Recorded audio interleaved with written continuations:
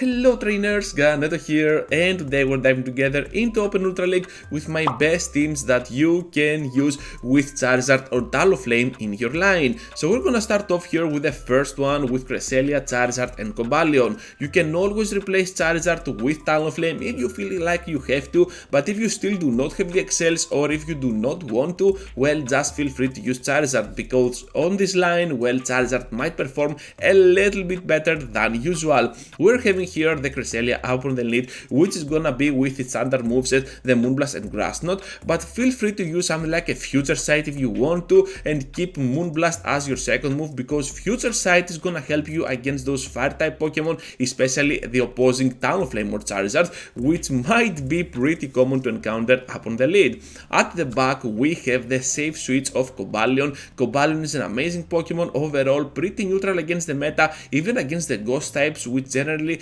struggles. You still have the Stone Edge, which can do some really nice and providing some really nice coverage for your team.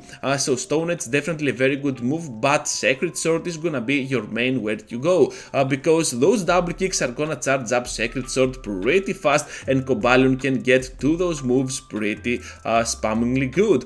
You have as a closer, of course, the Charizard, as we have already said, and I prefer it over Talonflame because of Dragonclaw. Dragonclaw is gonna give you coverage against Giratinas, which are gonna be your main core breakers, and of course Origin form, because Origin form carries the move Shadow Ball, which can be much deadlier than the Shadow Sneak is from the altered form. Shadow Ball can hit for massive damage the Cresselia, and of course the backline for some really nice neutral and massive damage as well.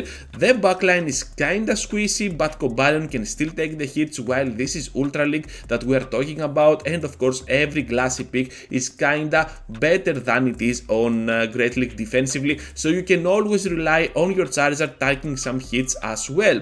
As an exquisite switch there to the closing part, you can always switch out to your Talonflame instead of Charizard, because Talonflame can still carry the move Brave Bird, which can nuke down the enemy, but I believe, once again I repeat that Charizard is gonna help you even more with its Dragonclaw because of that extra coverage against the Giratinas. Moving into the next one now, and we're having the Talonflame leading a pretty famous and popular team here.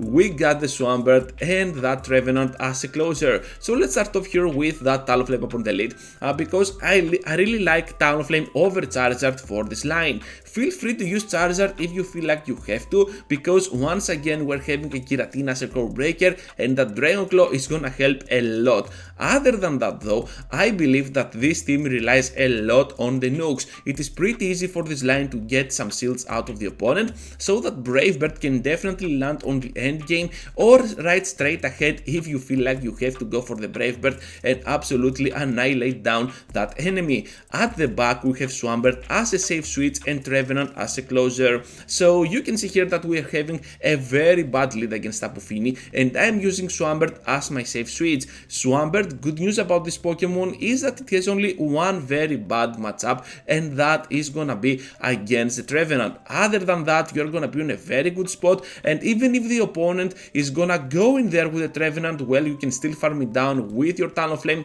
and start taking some shields with those back-to-back Brave Birds, or just flame charge your way to the highest attack point, and then Talonflame is just gonna go crazy from there and on. As a closer we got Revenant. You already know how good this Pokemon is from Great League, so it makes no surprise as to why we're seeing it here on this line as well. Core breaker of this line, as we have already said, it is gonna be Giratina, and of course Charizard might help a little bit more, but once again nukes are what make this team special, so I prefer Talonflame over anything else, and you're gonna see that Talonflame is gonna be our key Pokemon in order to win this entire match overall for the end game, even though we're using it as a lead. Now battlers, we have a line that is gonna help you a lot for the Open Ultra League meta. We're having up on the lead the Giratina on its older form. You already saw how crazily good that Pokemon can be as a core breaker for the past teams, so here it is gonna go ahead and do a very nice solid work against anything in the meta, especially as a lead option, because not only only it is gonna be super safe against the meta, but also Charm has been nerfed, which means that you have one less counter to worry about when you're using Giratina right now on the open format of Ultra League. I prefer the Ancient Power over Shadow Sneak, to be honest, because not only it gets you a chance to flip around any bad lead with its boost scenario, but also it gives you coverage against Talonflame and Charizard, which are gonna be pretty common for the meta. As a closer here, of course, we got the Charizard over the Talonflame because we're gonna use this Pokemon more with its Dragon Claw, and my choice here on the closing part is always because of the Core Breaker. We're seeing that we have a Pokemon like a Regirock, so Dragon Claw is still gonna do neutral damage while everything is resisted by that Talonflame. Of course, this is kinda soft as a saying because Dragon Claw is not a very good move offensively, but it will get you there fairly fast with your updated wing attacks.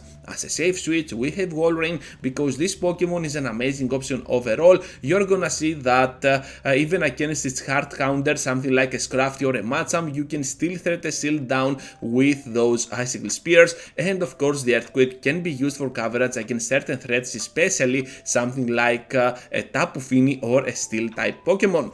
So this team is looking pretty solid, and I really recommend it to you, especially with its spammy moveset that it has.